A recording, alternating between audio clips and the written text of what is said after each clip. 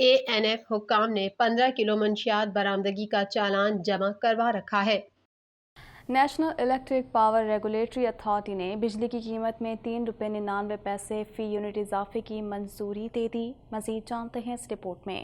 نیپرا میں بجلی کی قیمت میں ₹4.05 فی یونٹ اضافے کی درخواست پر سماعت ہوئی۔ سینٹرل پاور پرچیزنگ ایجنسی نے اپریل کی فیول پرائس ایڈجسٹمنٹ کے لیے درخواست دیتے ہوئے کہا کہ گزشتہ ماہ 12 ارب 55 کروڑ یونٹ بجلی پیدا ہوئی، جس کی مجموعی لاگت 133 ارب روپے رہی۔ ڈیزل سے 27 روپے فی یونٹ، فرنس آئل سے 28، LNG سے 16، کوئلے سے 14 روپے فی یونٹ بجلی پیدا ہوئی۔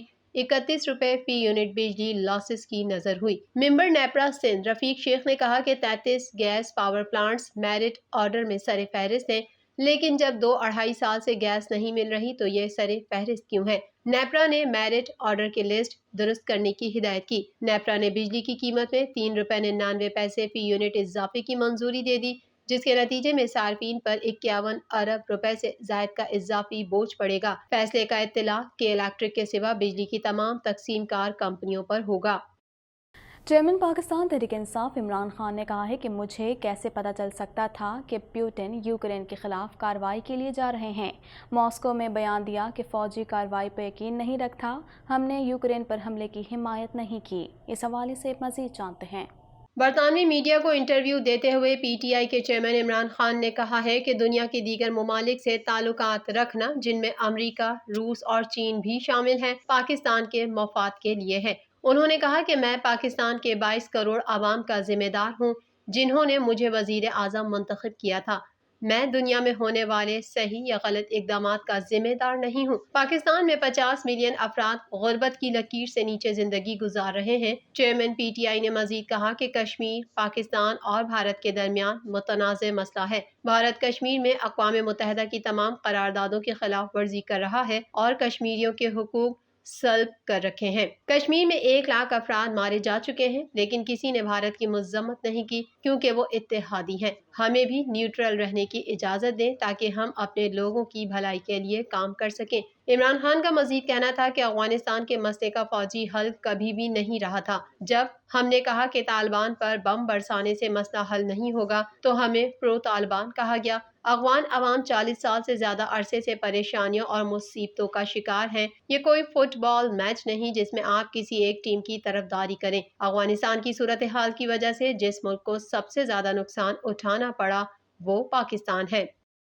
PIA انتظامیہ کے مطابق پہلی حج پرواز 329 عازمین کو لے کر وفاقی دارالحکومت اسلام آباد سے صبح 4 بجے مدینہ منورہ روانہ ہوگی۔ اس حوالے سے مزید جانتے ہیں۔ قومی ایئر لائن نے اپنا حج آپریشن 6 جون سے شروع کرنے کا فیصلہ کیا ہے۔ PIA انتظامیہ کے مطابق پہلی حج پرواز 329 عازمین کو لے کر وفاقی دارالحکومت اسلام آباد سے صبح 4 بجے مدینہ منورہ روانہ ہوگی۔ PIA 15,000 سرکاری اسکیم کے تحت استفادہ حاصل کرنے والے عازمین حج کو لے کر جائے گا، جبکہ پرائیویٹ آپریٹرز کے 18,000 حجاج کرام PIA کا انتخاب کریں گے۔ قبل از حج کی پروازیں 6 جون سے 3 جولائی تک آپریٹ ہوں گی، جبکہ بعد از حج کی پروازیں 14 جولائی سے شروع ہوں گی اور 13 اگست تک جاری رہیں گی۔ PIA کا کل حج آپریشن 331 پروازوں پر مشتمل ہوگا۔ PIA 5 بڑے شہروں اسلام آباد، کراچی، لاہور، ملتان اور کوئٹہ سے عازمین کو حجاز مقدس پہنچائے گی۔ CEO PIA آپریشن کی خود نگرانی کرے گی۔ وزیر ہوا بازی نے آپریشن کو حجاج کرام کی سہولت کو مد نظر رکھتے ہوئے ترتیب دینے کی ہدایات جاری کی ہیں۔ وزارت تجارت نے درآمدی اشیاء میں نرمی کا نوٹیفیکیشن جاری کر دیا، جس کے مطابق صنعتی شعبے کے لیے درآمد کردہ خام مال پر پابندی عائد نہیں ہوگی اور انٹرمیڈیٹ گڈز کی درآمد پر بھی پابندی نہیں ہوگی۔ مزید جانتے ہیں اس رپورٹ میں۔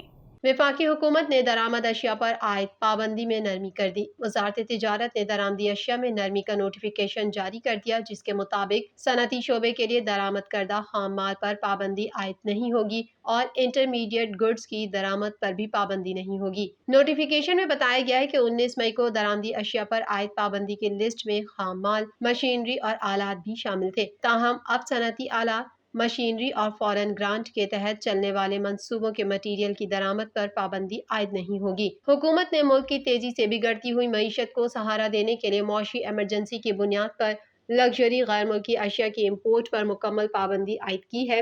حکومت نے جن اشیاء پر پابندی عائد کی ان میں mobile phones, home appliances, fruits اور ڈرائی فروٹس، کراکری، پرائیویٹ اسلحہ، جوتے، فانوس اور لائٹیں، ہیڈ فونز اور لاؤڈ اسپیکرز، ساسز، کیچپ، دروازے اور کھڑکیوں کے فریمز اور دیگر امپورٹڈ آئٹمز شامل ہیں۔ مزید خبریں بھی بلیٹن کا حصہ ہوں گی مگر اس بریک کے بعد۔